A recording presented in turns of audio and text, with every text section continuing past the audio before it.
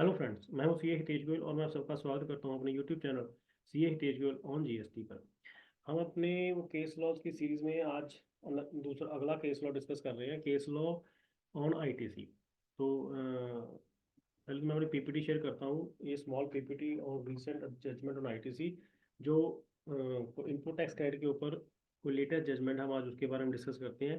पहले तो इस जजमेंट में हम देखते हैं जो जजमेंट में सेक्शंस, रूल्स या कोई नोटिफिकेशन या सर्कुलर का जिक्र हुआ है, हम वो यहाँ पे देखते हैं कौन कौन से रूल का और उसका क्या मतलब है, क्या रूल कहना चाहता है वो।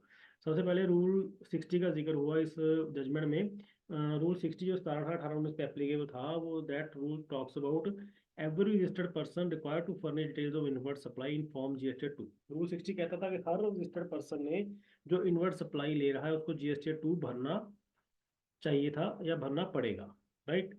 This is mention under rule 60। Then section 16 subsection 4। Section 16 subsection 4 कहता था फॉर दोज ईयर्स कि जो आपने आईटीसी क्लेम करना है, अगर आपका कोई आईटीसी रह गया किसी भी महीने का या किसी भी साल का, तो आप वो आईटीसी अगले साल की सितंबर महीने की रिटर्न की ड्यू डेट तक क्लेम कर सकते हो। उसके बाद वो क्लेम नहीं होगा। तो ये मेंशन था सेक्शन 16 सबसेक्शन 4 में। आज की डेट में ये सेक्शन थोड़ा सा मॉडिफाई हो गया। जैसे पहले सितंबर मेंशन था, तो अब उन्होंने कहा कि आप अगले साल के नवंबर से पहले पहले वो क्लेम कर सकते हो, राइट। तो ये नवंबर वाली क्लॉज इस करंट ईयर्स के लिए है, बट उस साल में वो सितंबर वाली क्लॉज ही थी। देन इसमें जिक्र हुआ नोटिफिकेशन नंबर 49/2019 का। ये नोटिफिकेशन 2019 में इशू की थी गवर्नमेंट ने। तो इसमें उन्होंने कहा था कि जो 3B की रिटर्न है, अगर कोई बंदा 3B की रिटर्न फाइल कर रहा है तो उसे फॉर्म GST 3 फाइल करने की रिक्वायरमेंट नहीं होगी। तो ये तीन रूल, सेक्शन और नोटिफिकेशन नंबर का जिक्र हुआ इस केस लॉ में। अब देखते हैं उस केस के फैक्ट्स क्या थे या उसकी रियलिटीज क्या थी। सबसे पहले जो पेटिशनर था वो, उसका बिजनेस था पेट्रोलियम गैसेस का और एंड अदर गैसेस हाइड्रोकार्बन का।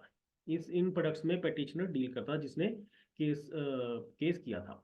तब उसको एक्चुअली उस केस में क्या था कि उस पर्सन ने, जैसे हमने 16/4 डिस्कस किया पहले, तो दैट वाज एन इंडिकेशन कि इस केस में उस पर्सन ने रिटर्न लेट फाइल करी थी। जैसे मार्च महीने की रिटर्न या अप्रैल से लेके मार्च महीने की कोई, उसमें से कोई भी रिटर्न अगले साल के सितंबर के बाद उसने फाइल करी थी, तो उसको शो को आया कि आपने भाई साहब रिटर्न बिलेटेड आईटीसी क्लेम किया है। बिलेटेड क्यों? क्योंकि आपने रिटर्न ही लेट फाइल करी, तो रिटर्न लेट फाइल करी तो वो आईटीसी बिलेटेड है, तो उसको शो को इशू हुआ। तो उसको ये भी डायरेक्शन हुई कि आपने जो आईटीसी क्लेम किया उसको वो रॉन्गली आईटीसी क्लेम किया गया और इस आईटीसी को डिपॉजिट करवा दिया जाए, रिमिट बैक कर दिया जाए गवर्नमेंट को, राइट। बट पेटिशनर ने क्लेम किया कि मैंने अगर GST 3 भी फाइल नहीं करी, सिर्फ GST 3 भी फाइल नहीं करी, तो इट डजेंट मीन कि मेरे को उसका आईटीसी का क्लेम नहीं मिलेगा। It was a claim of petitioner.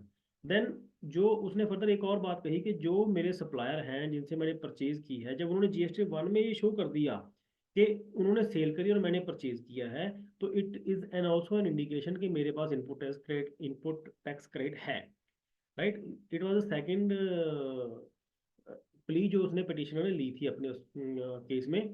Then another plea जो पिटिशनर ली कि आपने जब GST 2 नोटिफाई ही नहीं किया, क्योंकि हमें पता है स्टार्टिंग में जब जीएसटी लगा था तो गवर्नमेंट ने कहा था GST 1, GST 2, GST 3, हम ये आपको 3 फॉर्म देंगे जो आपने भरने होंगे मंथली।